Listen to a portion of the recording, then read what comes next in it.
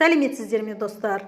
Мен сіздерге бүгін көріп тұрғандарыңыздай indefinite пен continuous'тың бір-бірінен айырмашылығын түсіндіріп бермекшімін.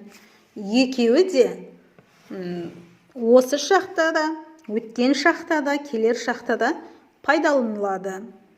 Indefinite'дің жасалу жолы тек қана етістіктің өзі. Ал continuous'тың жасалу жолы to be. Одан кейін етістік, ол етістіктің соңына ing деген жалғауды жалғаймыз. Осы формула арқылы жасалады. Енді қараңыздар. Present осы шақ. Present'те бір мысал келтірейік. Келсеңіздер. Мысалға, мен күнделікті жүземін дейін. I swim every day.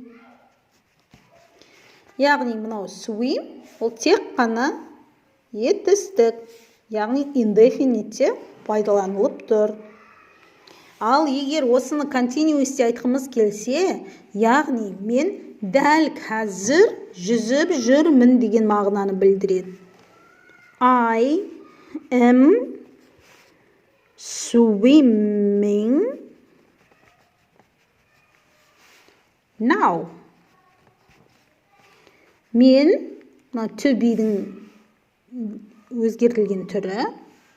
Мен дегенде мынау verb етістік және мынау ing деген жалғау. Осы жалғау арқылы жасалады. Бұл яғни now қазір, дәл қазір жүзіп жүргендіктің белгісі. Енді past өткен шаққа байланысты бір мысал келтірейік. Мысалға, мен не десем болады? Доп ойнадым дейін. I played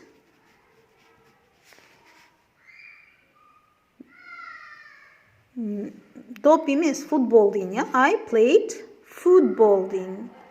Құр допты қалай ойнаймыз? Яғни, мен футбол ойнадым.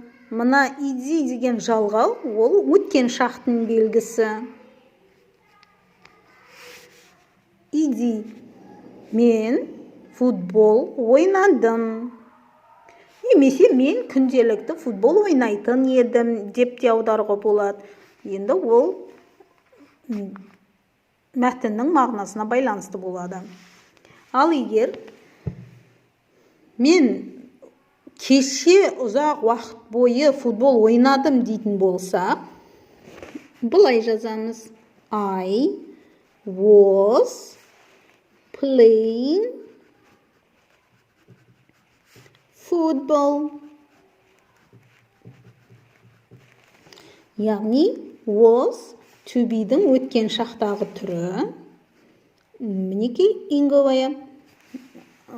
Ing деген жалғау, ing. Яғни мен футбол ойнап жүрдім. Yesterday деп қойсақ, кеше деген мағынаны білдіреді. Мен кеше футбол ойнап жүрдім. Енді келер шақта қалай болады? Қызық осы жерде. Келер шақта бір мысал келтірейік. Мысалыға, мен кітап оқимын. Менде ертеңгі күнге мақсат кітап оқу. Оны айтамыз. I will read a book. Мен ертең кітап оқимын. Tomorrow.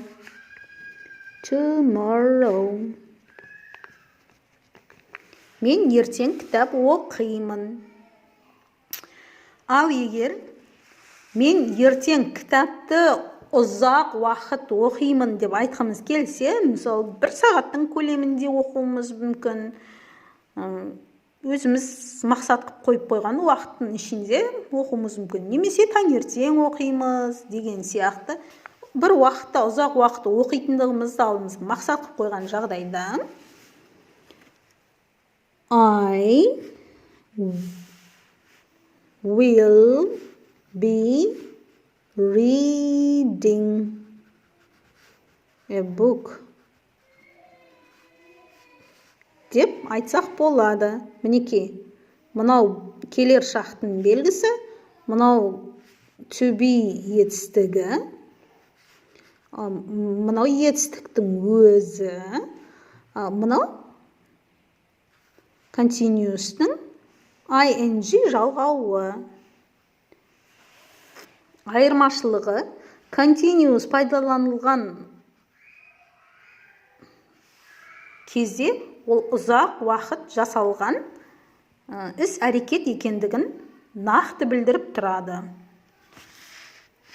Ал indefinite ол күнделікті қайталанып жүрген іс әрекет болуы мүмкін, немесе уже жасап қойған іс әрекет болуы мүмкін. Мысалыға, мына өткен шақта I played football.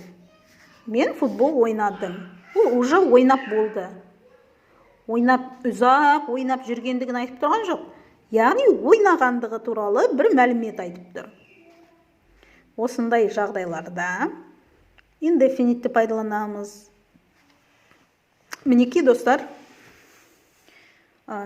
егер қаласаңыздар, мен сіздерге басқа да видеолар түсіріп, грамматиканы толықтай түсіндіріп беруге тырысайын.